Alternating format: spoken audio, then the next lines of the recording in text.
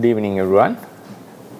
So today we are going to continue the fulfilling of Parami, part number 8. So during this course, like during this series, we have been discussing the main topics such as what is Parami, what is the word formation of Parami, what does it mean. Then we also discuss how Parami is helpful for the attainment of liberation, what sort of mindset that one should have in order to fulfill Parami, especially aiming the threefold Bodhi, Samma Sambuddhahood, Pacceka Buddhahood and Asavaka Buddhahood. And then how, what sort of reflections that one should have in order to fulfill, in order to successfully fulfill Parami. And then we moved into explain what is Dana Parami. So in the previous lectures, few lectures we discussed how Dana Parami should be fulfilled. So we also discussed how Dana Parami should be done, what kind of attitude, what kind of mentality that we should possess in order to fulfill a good type of a Dana Parami. So today we are going to discuss mainly about some classifications about Dana Parami. So Dana Parami is sometimes fourfold and sometimes sixfold based on two different aspects. First we'll study how Dana Parami, like how Dana is sixfold based on Abhidhamma explanations.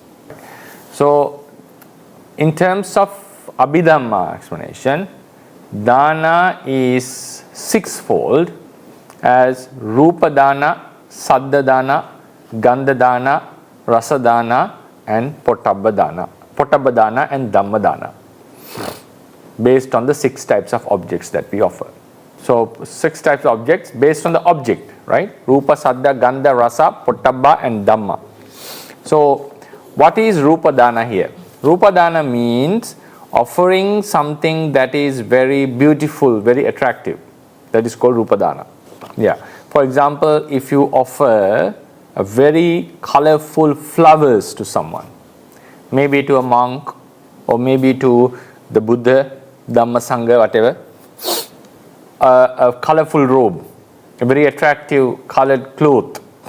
Sometimes we offer paints to the monastery in order to paint the buildings. So likewise, these types of offerings are called Roopa Dana. Also we can call it Vanna Dana, Roopa Dana. When given to lay people, if someone offers some sort of medicine or we call cosmetics, which make someone's skin more brighter as a gift, for instance, these all includes into Roopa Dana. So Roopa Dana means offering something which has a good color, attractive appearance, or something which is helpful to develop one's attraction. So these are all called Roopa Dana, right? Then Sadda Dana. Sadda Dana is something very not very often given. Sadda Dana means playing beautiful music for the sake of as a sake of respecting the receiver. For example, in countries like Sri Lanka, India, they have rituals like they play music in front of sometimes the gods they respect, in front of the Buddha or the tooth relic, maybe in front of a stupa, to show the gratitude or show the respect towards the venerated object or the venerated person. So this is considered as Sadda Dana. Sadda Dana. Normally it's played with a very soothing or attractive sweet music as respecting the receiver. Yeah. And sometimes there is a custom like they play the gong. Gong means a bell. Especially in Sri Lanka we have this custom. So the people come and strike the bell as a respect towards the Buddha, Dhamma, Sangha. right? Sometimes you may feel like, what is the actual giving in Sadda? It is like it's something that we offer which is soothing to the ear of the recipient. When the Buddha got enlightened, or when in certain occasions in his life, devas, certain humans, nagas especially, they came and played music in front of him as some sort of a gesture of respect. So he, as an arahant, as a person who has eradicated defilements, would not enjoy the music as we do, or as he didn't enjoy as we do, but it was pleasant to his ears. Now, for example, if we go into a suburb, or if we go near to a highway, the vehicles moving with the sound it creates is not very comfortable to our ears. If you happen to live near a railway, always the regular traveling of the trains is not very soothing to the ear. So in the same, but on the other hand, if you go to a place where very sweet music is played, regardless of we enjoy or not, it is very soothing to our ears. It can be disturbing when you are meditating, but in the natural sense of five senses, it's very soothing, it's very comfortable. So giving such comfort is one aspect of dana, and that is called Sadda Dana. So, for example, if in a monastery, if the bells are being placed, so the people come and strike the bells and offer the respect to the triple gems, even placing a bell in a monastery is considered an offering Sadda Dana, because eventually people would come and strike the bell and offer their respect. Another way of giving Sadda Dana is very important information, because this is a type of a dana that is neglected, not normally followed by devotees these days. If you offer some medicine to a Dhamma preacher, or a one who chants Parittha, so their throat would be clearer, or would increase their voice, sweetens their voice, supports their voice. This type of offering, medical support, or giving some substances which facilitates smooth voice or uninterrupted voice, would also suffice or amounts to Sadda Dana. So Sadda Dana is not only playing music for the triple gems or the respected person, but also establishing certain objects that can be used as means of Sadda Dana, and also offering things in order to increase or sweeten the voice of others, especially the monks who preach Dhamma, and for the monks who chant Parittha is also type of a Sadda Dana. Right. Then there is another way of Dhamma Dana which is mentioned in books, that if someone chant Parittha nicely, or preach Dhamma in order to respect the Buddha Dhamma Sangha, like we say its good qualities, what a Buddha, what is Dhamma, what is Sangha, I praise the Buddha Dhamma Sangha, and also chant Parittha as a gesture of respecting the Buddha Dhamma and Sangha. For example, if we are preaching the teachings of someone, there's also one sort of it's a sort of a way of it's a gesture of showing the respect to the person. So if we do with the intention of respecting the person or the Buddha Dhamma Sangha, and preach Dhamma and preach Parittha, chant Parittha, that also amounts to Sadda Dana. Sometimes it is also possible, especially now Buddhists, when they pay respect to the Buddha, they utter gathas like Itipiso, Bhagava, Arahant, and so forth. In our books, there are some gathas which are composed by using the gathas indicate, or they convey the good qualities of the triple gem.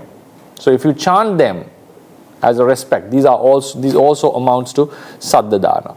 So gathas can be chanted, Dhamma can be taught, and Parittha can be chanted as a respect to the Buddha Dhamma Sangha, and that also amounts to Sadda Dana. Then one can have a question here. When I said the music can be played as a respect as a way of giving dana, one can ask a question: isn't music played with lobha mula citta? Because normally it's prohibited for monks to play music, and when you observe the 8 precepts, sabbata days, uposatha days, we are not supposed to play music. So how could this amount to a kusala? Because in terms of Abhidhamma, in the end, what is offered doesn't matter. The intention is what matters in order to decide whether it's a kusala or a akusala, right? Because we have kusala chittas, akusala chittas, and also kusala chetana and akusala chetana. So normally we know if we play music, if we enjoy music, this is normally done with unwholesome mind. That is lobha mula citta. It's not a akusala that would take someone to a bad destination by just listening to music and so forth, or playing music, especially as a lay person. But still we know it's played with unwholesome mindset. So how could this be dana? Because dana has to be, in terms of Abhidhamma, should be done in the kusala mind. So we have to keep it in mind. There are many stories especially in Apadana Pali, Theravada Pali. The commentaries also explicitly mention about this, that many disciples of the Buddha had played music to past Buddhas, have danced in front of past Buddhas, and showed their respect, gratitude towards the Triple Gem, and enjoyed lots of merits, lots of good results of benefits in samsara. So in the Theravada perspective, if we perform these musics and dancing, singing as a gesture of showing respect to venerable personages, venerable recipients like Buddha, Dhamma and Sangha, it is considered that activity is a wholesome activity. But the same act, if done for the purpose of enjoyment, for the amusement of someone, then it amounts to a akusala.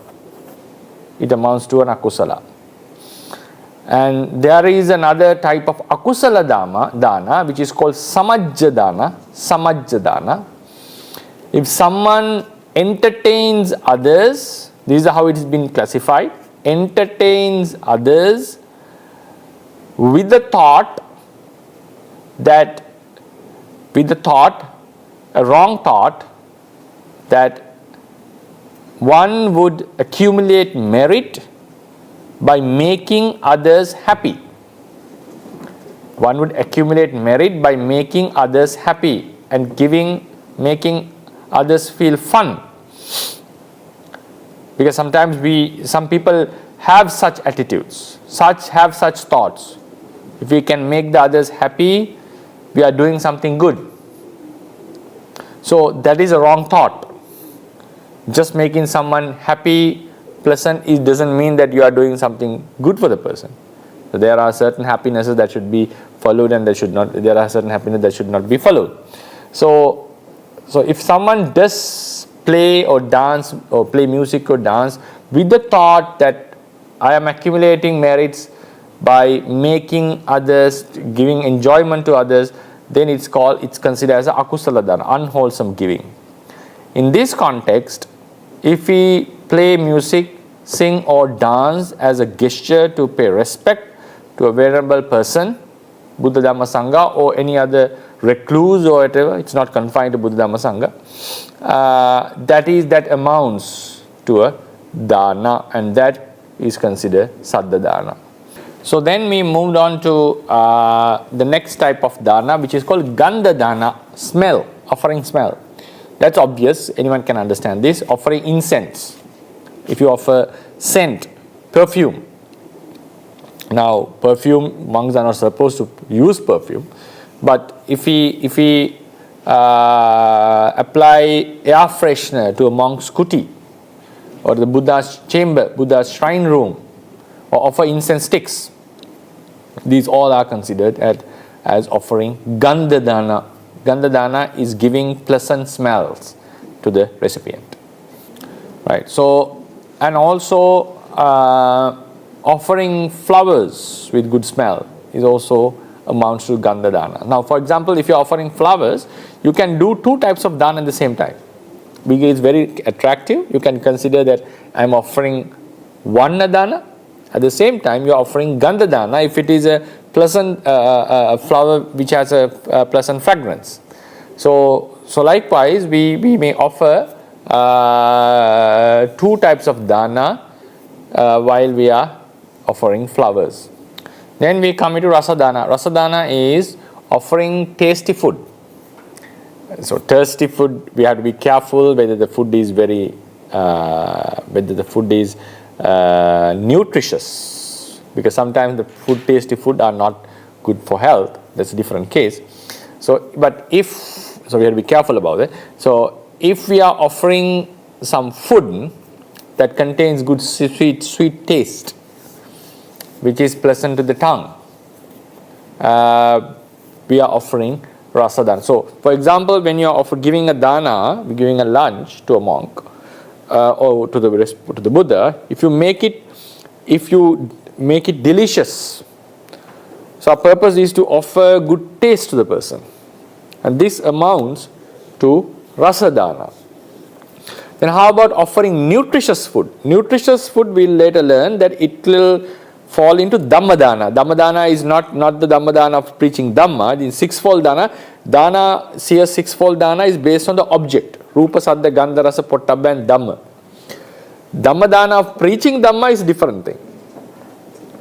Then, so if you are offering food, nutritious aspect falls into Dhamma Dana, because Oja Roopa is a Dhamma Ramana in terms of Abhidhamma. Oja is a Dhamma Ramana.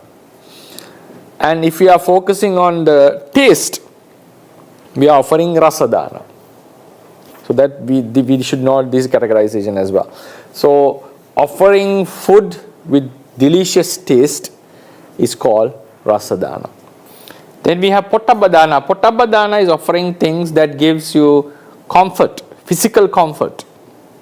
For instance, if you offer a good chair to the Buddha or Sangha, so the monks who sit would feel comfortable, or a nice bed, mattress, bed sheets. Sometimes offering robes with good texture, material, cotton or whatever. So these all amounts to Pottahbba Dana. For example, another way of thinking is now, for instance, if you install air condition into a monk's room, for example, or air conditioning in the Buddha's shrine room, our purpose is to give comfort to the body, right? So these all amounts into Pottahbba Dana. Even if you give something as a gift to some layperson, such as aircon and all, this also amounts to Pottahbba Dana. So Pottahbba Dana is offering something that would facilitate the bodily comfort. And then one can ask the questions, sometimes what about the sex workers? Do they offer, they are also offering some sort of comfort to the other receiver, prostitutes and so. So this is not considered as a dana, because it is very directly related to the lust. It arouses and it satisfies the lust of the person. But here we are giving a comfort to the body which is necessary, which is supportive for the being's life.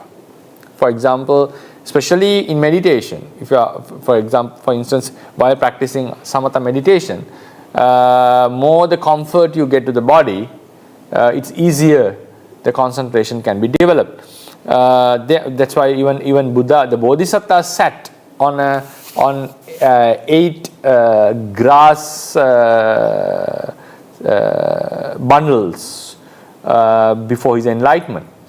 So therefore, giving comfortable items, giving soft, or however you interpret this, items that brings physical comfort are called Pottahbba Dana. So then another way to think about this, now the same object sometimes can be comfortable to the body. In some occasions it can bring pain. For instance, think about air condition. During the hot season it gives you comfort, but if you're on the air condition during the cold period or winter, that would torment your body, right?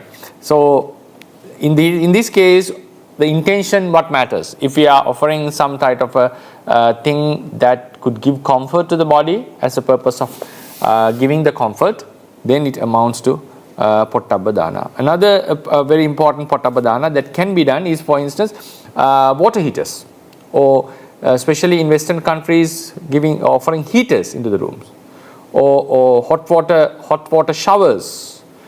So these are also related to Pottahbba Dana because it's related to the physical comfort. So anything that is offered, chairs, beds, in today's context, air conditions, hot waters, all these are classified under Pottahbba Dana. The purpose is, they give comfort to the body of the recipient. Right. Now we'll take another example. Now, because when I was in Indonesia, it's a very common custom sometimes. You spread flowers on the surface where monks are walking. When you're taking them to a certain ceremony, we spread flowers on the earth, on the carpet. Now think how many types of danas can be found here. Now one is it's colorful, and you are offering color to the monks, sangha. It's a Roopa Dana. And if that flower has a fragrance, good fragrance, then it amounts to Ghanda Dana as well. And then the petals are very soft, and it gives comfort to the feet when you walk on such flowers. And if the purpose is also to bring comfort to the monks' feet, that also amounts to Pottahbba Dana. So with the same flower, we are capable of offering 3 types of dana: Roopa, Ghanda and Pottahbba. So therefore this knowledge of understanding how the dana is classified is useful, that we can accumulate great merit with our understanding and consideration. Then any other offering that doesn't fall into this 6th category, yes, Roopa Dana, colorful objects, or that helps to have a colorful skin, or to have a pleasant appearance, or which beautifies you, offering sound, or facilitating sweet voice, or supporting offering medicines that would facilitate sweet voice, playing music as a gesture of showing respect, offering fragrance, and offering tasty food, and then offering objects that would bring comfort to the body. These are the 5 types of dana. Any dana that doesn't fall into this category are called Dhamma Dana. Right? Any object other than the first 5 are called Dhamma Ramana, right? Roopa Ramana, Sadda Ramana, Ghanda Ramana, Rasa Ramana, Pottahbba Ramana and Dhamma Ramana. All the objects that doesn't fall into the 5-fold objects are called Dhamma Ramana. So in the same way, dana which are not classified under the first 5 categories are called Dhamma Dana. And this should not be mixed or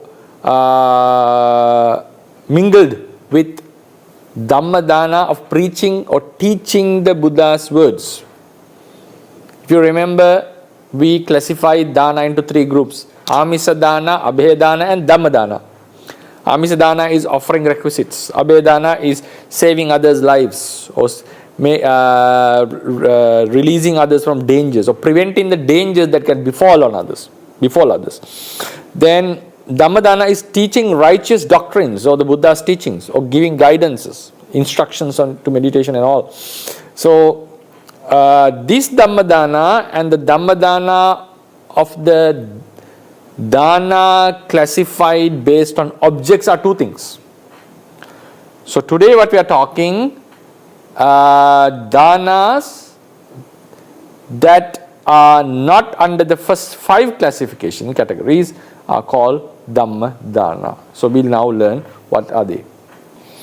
Right. So then this Dhamma Dana of the object, based on the object classification, is again threefold. Oja Dana, Pana Dana and Jivita Dana. Right. We'll first learn them separately. Oja Dana, Pana Dana and Jivita Dana. Oja Dana is offering nutritious food, which I discussed in the Rasa Dana. Rasa Dana, in the explanation of Rasa Dana, I said food can be offered at 2 separate danas, the same food. If you are focusing on the deliciousness of the food, the taste of the food, it amounts to Rasa Dana. If you are focusing on the nutritious part of the food, it amounts to Oja Dana. If you can offer something which is nutritious at the same time delicious, then we can make 2 danas at the same time. So if you are focused on offering something nutritious to the person to make him healthier, so this type of offering is called Oja Dana under the Dhamma Dana of the 6-fold classification. Then we have Pana Dana. Pana Dana is offering drinks for the purpose of quenching the thirst. If you offer drinks to quench the thirst, this is considered Pana Dana. Right? For example, if you offer water, tea, coffee, whatever, in order to really quench the thirst of the person, this is considered Pana Dana. Now, the same Pana, if you are offering something which is nutritious, this amounts to Oja Dana. Right? Oja Dana. And if you make it very delicious, this amounts into Rasa Dana. So now you can see this same object, if you are offering some kind of, especially because if you are offering food, delicious and nutritious food, it amounts into 2 danas, Rasa Dana and Oja Dana. But if you are offering a drink, delicious, nutritious, at the same time that would quench the thirst, you are offering Rasa Dana, Oja Dana and Pana Dana. Right? And then the next explanation you will find, it can, sometimes we can offer things for the purpose of Jivita Dana as well. So before that we will explain Pana Dana first here. Then comes Jivita Dana. If you are offering food or drinks as a purpose of supporting the life of a person, this amounts to Jivita Dana. So now think, the food, if it is offered for the purpose of nutrition, then it's Oja Dana. If food is offered for the purpose of deliciousness, is Rasa Dana. If the beverages are given to quench thirst, this amounts to Pana Dana. And whatever food or beverage is given or drinks are given as an assistant to sustain the life of a person, this amounts to Jivita Dana. Right. So then another type of Jivita Dana is releasing the living beings who are bound or who are captured, sometimes imprisoned, who are in captivity. Right? If you release them, it's a Jivita Dana. If you release beings, it's now Abhaya Dana, it's also very similar to Abhaya Dana. If you release the dangers and give them life, make them helps them to get rid of death. And sometimes offering medicine to the sick, introducing someone to a doctor, or help someone to meet a doctor. So these all amounts to Jivita Dana. So Jivita Dana is whether you are offering something for the sustenance of life, or whether you are offering some sort of medicines to get rid of certain sicknesses, or directly releasing others from death so one can live peacefully, happily. They all amounts to Jivita Dana.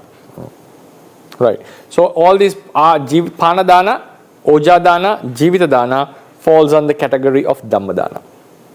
Then this Dhamma Dana is not the teaching of Dhamma. It's a categorization. It's a Dana found under the classification based on the nature of the object. Yeah. Then we come into another classification of Dana based on Vinaya. Vinaya Dana classification. Dana classification based on Vina. So this is mainly aiming towards of offering things to the monks and nuns, right? Monks and nuns, especially bhikkhu, bhikkhuni, samanera, samaneri, and sikkamanas. So, so it is fourfold in terms of the object that is being offered. Also sikkamana, bhikkhu, bhikkhuni, sikkamana, right? So it's fourfold: chivara, pindapata, senasana, and gilanapaja. These are the four requisites that are required for a monk to sustain their life, for monks to sustain his life. So offering clothes such as robes, sanghati, uttara, sangha, and so forth, and any other cloth which is allowable to be used is called chivara dana. So offering clothes allowable for monks, nuns, are called chivara dana. Right. So, and also if you are offering certain sheets to the beds, so the monks could use them, but it can also be applied in senasana dana based on the purpose. If you are offering a bed sheet for a monk as a pachat, we call it pachat tarana, which can be applied on this on the senasana, on the bed, but it becomes a robe of the monk. So there are two types of pachat tarana that can be used as a requisite of the monastery, or something that can be used as a personal thing. So if you are offering something to the monk as a cloth that is useful for the monk's usage, this amounts into chivara dana.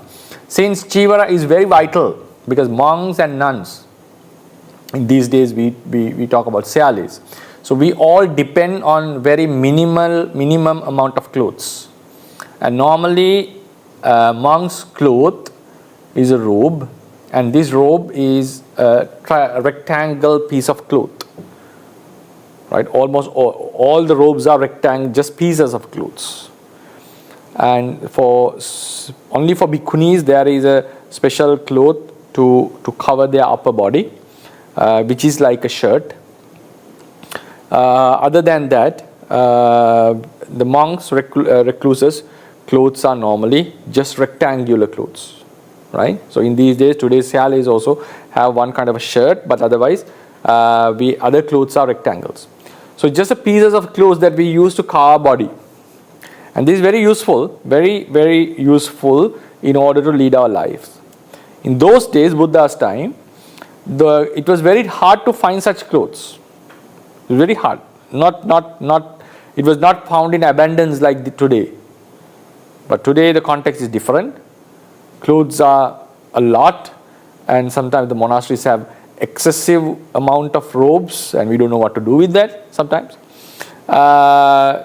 So those days the robes were very rare, and also it distinguished us from the disciples of the Nigantas, some Ajivakas, Achelakas, because some recluses used to live naked, but the Buddha never appreciated or encouraged for naked asceticism. Their purpose was to get rid of attachment towards the clothes, because the clothes are very attractive to the person's mind.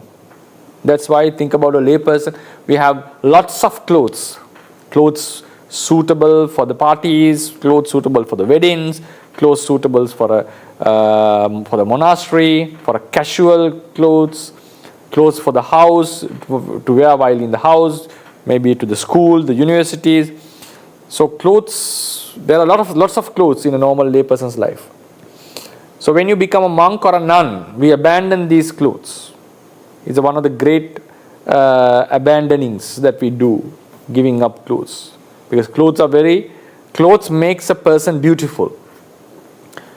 That's why we are very much careful about selecting the costume, or selecting the clothes that we are wearing to a certain party and so forth, because it gives a different, if you are wearing a bad cloth, it completely gives a different feeling or appearance to the other person. But when it comes to monks and nuns, we have to depend on very minimal amount of clothes, and those clothes are not fancy. And monks give up this attachment. And also those days, clothes were not very common among the people. So manufacturing clothes did not happen under mass production as it is done today. So clothes were very vital, and Buddha has prioritized in terms of all the 4 requisites. The first requisite, which is mentioned, is clothes, robes, chivara. And when you study Vinaya, you find the rules regarding robes are strict than rules related to any other requisite. So robes are the most strictly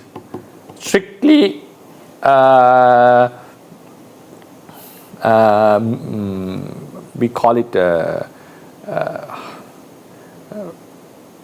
strictly the restrictions are very high regarding the robes. So offering chivara is a very great merit, especially to the monks and nuns. So then we comes to pindapata, the second type of requisite, which is very vital to sustain the life of a person. So offering food to monks and nuns is called offering pindapata.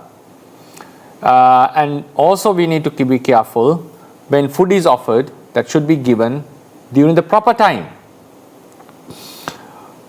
As recluses, anyone who gives up household life, that is called recluse.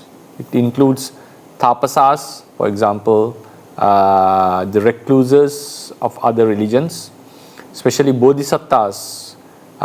They abandon the household life based on become tapasas.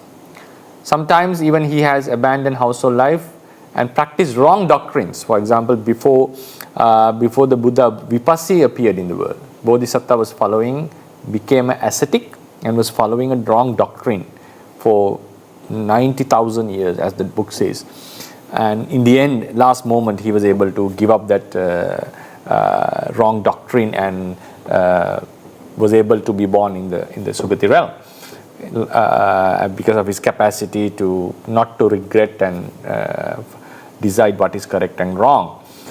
So normally, any person who gives up household life is an ascetic. Tapasas are there who are following a doctrine of karma, and then some are following wrong doctrines, like Nigantas are also Pabbajita. They are called Samana.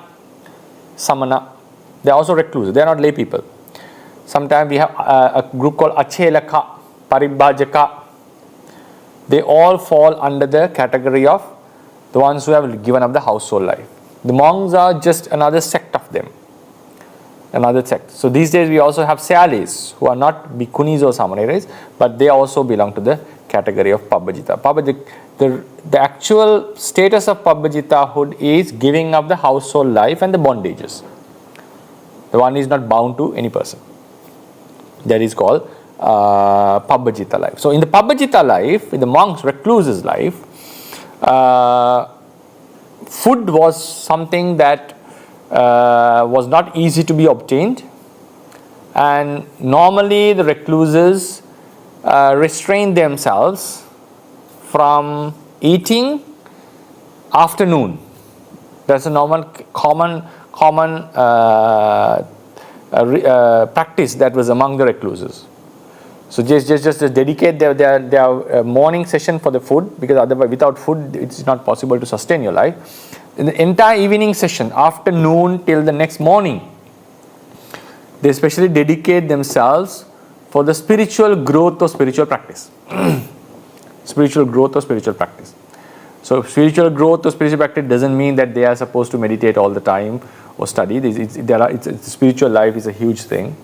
Like many activities are involved. For example, building the monasteries, running the monasteries, taking care of each other. So it's an entire life. It's a complete life. But we are supposed to dedicate our evening, afternoon till the next morning, mainly for our spiritual practice, and also to support the other brethren, the other recluses. We have two purposes. We develop our own few main aims in our lives. So we have developed our own spiritual qualities, support the other brethren. Brethren means the ones with whom we practice our do our practice, and also to preach the Dhamma to the lay people who are supporting us.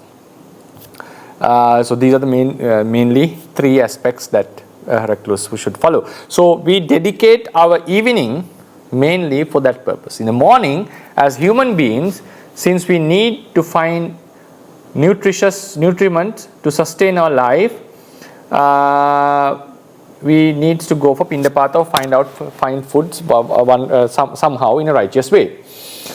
So offering this food was a great assistance for their spiritual growth.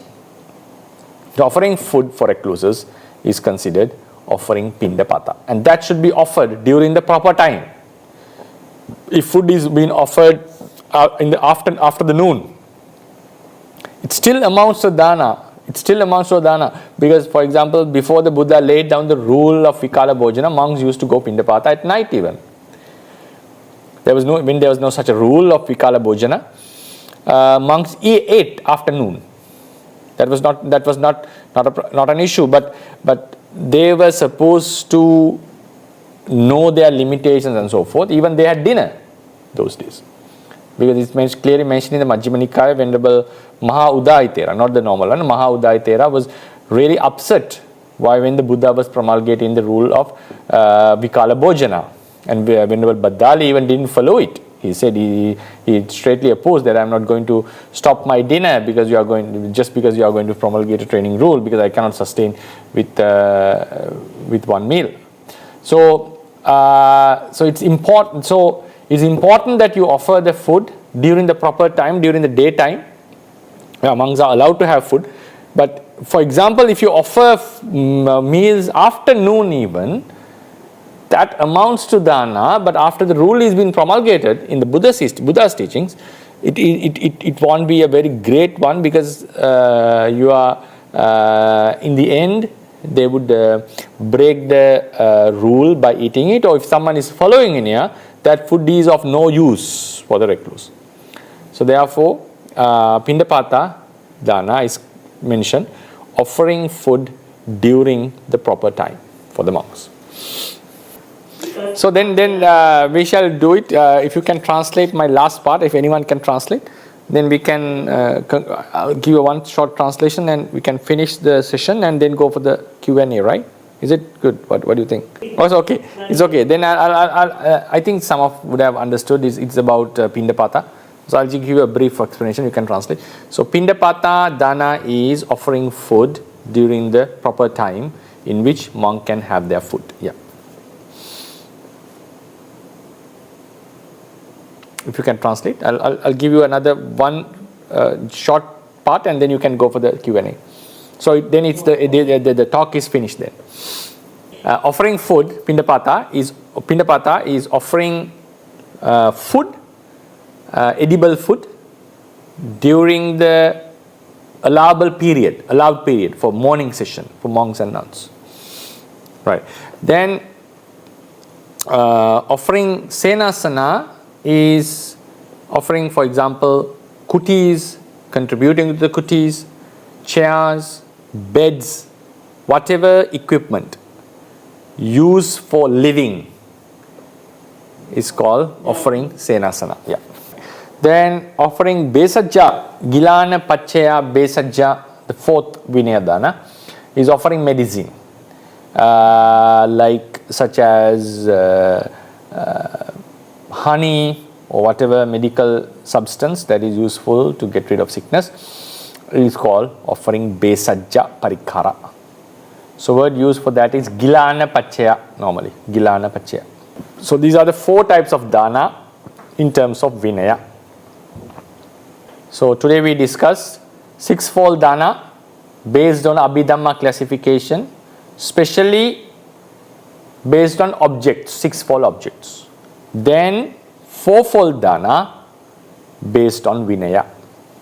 Yeah. So Abhidhamma explanation, sixfold dana is Roopa Dana, Sadda Dana, Ghanda Dana, Rasa Dana, Pottahbba Dana, and Dhamma Dana Dhamma Dana should not be mixed with the Dhamma Dana of teaching, right? Then Vinaya is, okay, that is Abhidhamma, 6, okay. Okay, Roopa Dana, Roopa. Sadda. Okay, come on. Roopa, Sadda. Okay. Roopa, Sadda, Ghanda, Rasa, Pottahbba, and Dhamma. Six objects, no? Then the fourfold Dana is Chivara, Pindapata, Senasana, Gilana, Pacha, Besaja. So that's the lecture today. So I hope you had the understanding about the sixfold Danas, and that you will be able to give Dana more wisely with understanding in future, in fulfilling the Dana Parami. Okay, maybe I'm the first questioner. Okay, you can ask the question. Yeah. So just now what they say about the food that delicious and also healthy. So that also Dana, Tanjgible also Dana. How if the food is healthy, but for the bhikkhu, for him it's not healthy for him, but for me I know this is healthy for him. So there is a subjection. And also the drink, this is healthy, but for the bhikkhu I don't like this drink, I don't think this is delicious for me. So that can also be the good Dana, but Yeah, so in here we need to understand the deliciousness and the nutritious food and delicious food. So, and also it's very subjective. Some food which are nutritious for us can be not healthy to the other person, depending on, for instance, some food are good for my body, while it may react differently to another person. That's subjective in terms of the body, and also the taste. For instance, if you come from a different country, maybe the food that is delicious to you may be not delicious for a person who comes from a different country. We experience it here because when you have foreign monks, right? We see this, right? The Sri Lankan monks enjoy certain food, but it is very hard for the foreign monks. When you visit Myanmar, the same thing was happened in the reverse order. It was difficult for us, but it was very tasty for them. So taste is very subjective because it is related to the mind. But the nutritious nature is subject to the body, whether we like it or not. Sometimes there can be some nutritious food which is not tasty. So in the end, think about the food, whatever the food we offer, as long as it's not a poison, it's not going to kill the person. So it's a dana, right? It's a dana. And sometimes accidentally we may offer something, a food that can be poisonous to someone and we are not aware of that. Possible, right? But still, as long as the intention is to offer something and that is edible, if you know that it's edible, and we have no idea that it would become an allergy, it would cause an allergy in him, still it's a dana. Still it's a dana. So what matters in the end, when we are counting about the merit, our intention, the kusala chetana, is what matters. So as long as we know it is edible and it is not a poison, yes, then it's a dana. But our consideration about the taste, about the nutritious, call it nutriment, is something additional. So if you are very thoughtful, sometimes we may offer nutritious food with less taste, and sometimes occasionally even doctors would say, yeah, occasionally if you had some things which are tasty, which are not very healthy, that is not going to cause a huge problem into your body, right? So that kind of, some people are very strict on this. Even some nutritions are okay time to time, even if you had some sort of a processed food, occasionally that won't harm the person. And also it's very subjective to the body of the person. Some people's bodies can tolerate certain food and for some it's not. It's very subjective. It's very difficult to generalize this rule, and these food are not healthy and these food are healthy, right? It's like to label ultimately, it's not possible. So therefore, if we have a consideration about the nutritious nutriment and also the deliciousness, then it amounts to Rasadana and Ojadana. But even you are not aware of it, you don't focus on it, just we are offering food, then it becomes Amisadana. And because when you are offering food, is not, another point is, it's not possible to avoid the taste factor. It's not possible to avoid the nutritious factor, nutriment factor. Because, for instance, if you are going to offer something to someone, we choose some food. And if you analyze, why did I choose this food? Right? Why did I choose this food? Because I know it's good for the humans, and instead of going to this food, I went to this food because it's tasty, or it's delicious, or maybe it's nutritious. So even though we don't consider deeply, when we are offering food, or when we are especially offering food to monks, automatically this rasa, aspect of rasa, taste, and aspect of oja, the nutriment, automatically comes into our mind. Right? Automatically comes into our mind. So therefore, it's subjective. We will not be able to satisfy the person fully. But as long as we have a good intention of offering something good and something tasty, or something which is edible for sustaining the life, yes, then it's a dana. Now, for example, if you think, while the Maha Bodhisattva is offering flesh to other beings, right? Here he's offering just raw flesh, meat. Sometimes the blood. There's no taste in it, right? There's no, I don't know what the nutritious called nutriment. Yeah, maybe it's because of meat. It's very nutritious, but he's just offering him to them to sustain the life and also to him to accumulate merits, right? So in such dana, sometimes when you're offering food for the sustaining of life, we don't much focus on the taste or the nutriment. So it's a complicated thing. So it's very difficult to exactly say how it works. So we have to be practical and understand based on the context. Bhante, how about dana slipper or sandals and also stick? It's also sena sama, Bhante, because we use daily and for our life. These are called yana dana. Yana. We don't. The fourfold dana may not include everything. It may not encompass everything. But if you're offering slippers, sticks, walking sticks, and what else? So these two mainly are offering a vehicle, maybe vehicle. So these are called yana dana. Yana is a vehicle that by which you travel. For instance, think about slippers.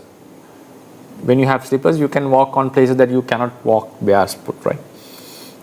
If you have good shoes, good slippers, you'll be able to walk on a hard surface even. You won't feel it. So slippers are considered as yana. Yana is a vehicle normally, something that is helpful for you to travel. So katra danda is a walking stick that's helpful to climb mountains and also when we get old.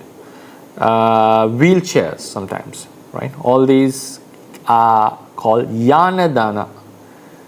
A special benefit has been mentioned by Buddha in sutra if you offer yana, because those days we didn't have vehicles like cars and all, and it was prohibited for monks to travel on vehicles dragged by living beings. We cannot travel on a vehicle dragged by horse, cow, camel, elephant, or even dragged by a human, rickshaws. Right? We cannot travel on them. It's prohibited by Vinaya. It's okay to travel for a sick monk, but in that case, Buddha has said not to travel on a cart or a rickshaw that is dragged by a female, in order to make the distance from the females. Right? So even a female ox, a cow, if the cow is dragged in the cart, we cannot sit on it and travel on it. But this allowance is given to sick monks. If you are not sick, you cannot travel on such vehicles. But while sick, we have to consider who is dragging it. If a woman is dragging the rickshaw, no, we are not supposed to sit on it. So they were not, but we can travel on ship. We can travel on boats. So this is the allowance. Since it is allowed to travel on ship, which moves with the wind power, the Mahatheras of our eras have decided it's okay to travel on vehicle, because vehicle is not dragged by anything, it's traveling by its own engine.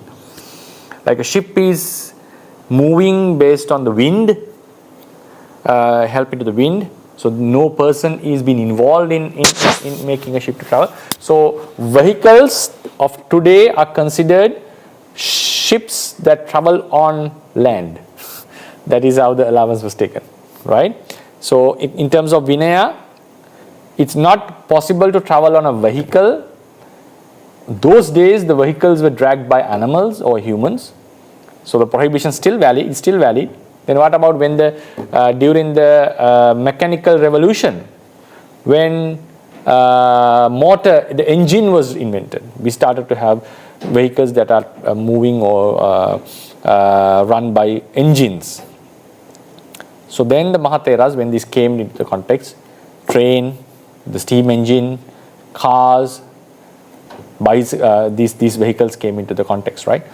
So then they applied, yes, since there's no creature who is dragging this thing, and since it is allowed to travel on ship, they made it like these are vehicles similar to ships, but normal ship travels on water, and these ships travel on the ground, right? Ground ships. So that's how we are traveling in a car or a jeep or a bus or something. So these are called yana. So those days they were the yana dragged by animals, and the other type, so it was prohibited for monks. So only vehicle that we could travel was on slippers. If you sometimes even today, when they categorize the poverty or the distribution of wealth in the globe, in the earth, one way of deciding person's wealth is based on what type of vehicle they are using. There are some people who could afford a jet for themselves, like billionaires. They have their own plane, own jets. Some would have a cruise ship, right? Like some could have yachts and all these. They're the billionaires could afford such things. Then normally, it falls down and comes to a good vehicle, a luxurious vehicle, then an ordinary vehicle. Then how much of people in the world can afford such a vehicle and so forth. So they are studying about the distribution of wealth. Then it comes to a bicycle. Some person may not be able to afford a 4-wheel vehicle, but just a bicycle. Then finally the categorization comes. Even in modern days, how many people could afford slippers? Because if you think about people in tribes in Africa, in India, maybe in Indonesia also, because it is a very big country with a huge population, 4th population in the world, right? So there are people who cannot afford to buy slippers for themselves, or maybe their area doesn't have that custom. I think about the tribes who are living in the forest. They don't wear slippers, right? They just walk barefoot. And some people who are oppressed by poverty, believe it or not, there are some people who cannot afford for slippers because they don't have money for that. Because when the slippers are torn, we have to buy another slipper, right? You need some sort of economic stability to buy slippers in their context. Maybe nothing for the ordinary people in the cities. So even today, slippers are under the context of vehicles. Because I watched a TED talk once, when they were talking about the distribution of wealth, they brought what type of vehicle someone is using, and in the end, the last vehicle they were talking was slippers. And in the Buddha's teachings, yes, for monks, those days, since there were no motor cars and the other vehicles were prohibited, the only vehicle, the yana we had was slippers. And Buddha gave a discourse saying that if someone offers yana means slippers. If someone offers slippers, especially he offers comfort, sukha. Yana do sukha do hoti. One who offers vehicles, one who offers slippers in those contexts, offering happiness or comfort. Why is that? Yana is something that is used for traveling. Yati ete nati yanang. That is the definition. You travel with that. Yana. Yati is to go. Yana is something that is used to go comfortably, quickly. Now think about a Mercedes. You'll be able to sit on it and very comfortably travel the distance. Unlike traveling in another car. When you get out from Mercedes, you feel, it was nice. It was a good travel. You didn't feel much tired when you travel in a luxurious vehicle. For example, when you travel in the plane, it's very fast and it could travel in the sky. So the same distance, you've come from Sri Lanka to Indonesia, for example. If I have to travel in another means, it would take a lot of time and consume a lot of time and a lot of energy in me. But I could travel in few hours with a plane. So vehicles give comfort in traveling. Vehicles give comfort in traveling. Traveling is something that is very exhausting. Those days especially, if someone is supposed to go to the city from the village, it's something that we have to consider. We just cannot go and come because it takes a lot of time. Maybe a few days that you have to travel to go to the city and come back. If you're walking, right? Even inside Jakarta, if you are just traveling into suburbs very easily, but if there are no vehicles, we will not be counting days, counting hours. We'll be planning our days, right? Sunday I'll go to the downtown and Monday I'll come back. That's how we would be planning if there was no vehicles. So vehicles gives comfort. Traveling is something very exhaustive, and vehicles gives the comfort and reduces the exhaustion. So the same thing happens with slippers. With slippers, we are very fast than barefoot. And our feet are not hurt when we use slippers. So therefore, if someone offers slippers, he is offering comfort. And in samsara, he would specially get sukha, happiness in samsara. Especially, another way to think about this is, yana, slippers, helps you to reach a certain destination with comfort. And in the spiritual practice, our yana is our mind that helps us to attain nibbana. Nibbana is a destination. Consider it as a destination, not a physical destination. A place, a destination where we attain through our practice. So our yana is the mind, chitta. Destination is nibbana. So slipper is the yana. Destination is the place where we are going to go. Or the car is the yana. The place is where we would go. So because of the help of yana, we will be able to reach there very comfortably. Same way. So as a result, if you offer yana, slippers or vehicles, when you are traveling, the journey towards nibbana would be comfortable. Sukha patipada. It won't be a very exhaustive, troubling journey. So offering slippers, offering vehicles would make you to have a smooth journey towards the liberation.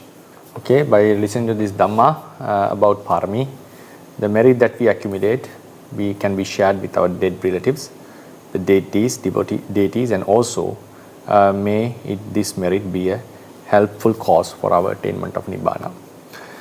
Idam punyang asavakkaya vahang hotu, idam punyang nibbanasa paccayo hotu, etavata ca amhihi sambhatang punya sampadang, sabbe deva anumodantu, sabbe satta bhuta anumodantu, sabbe satta anumodantu, sabba sampatti siddhya.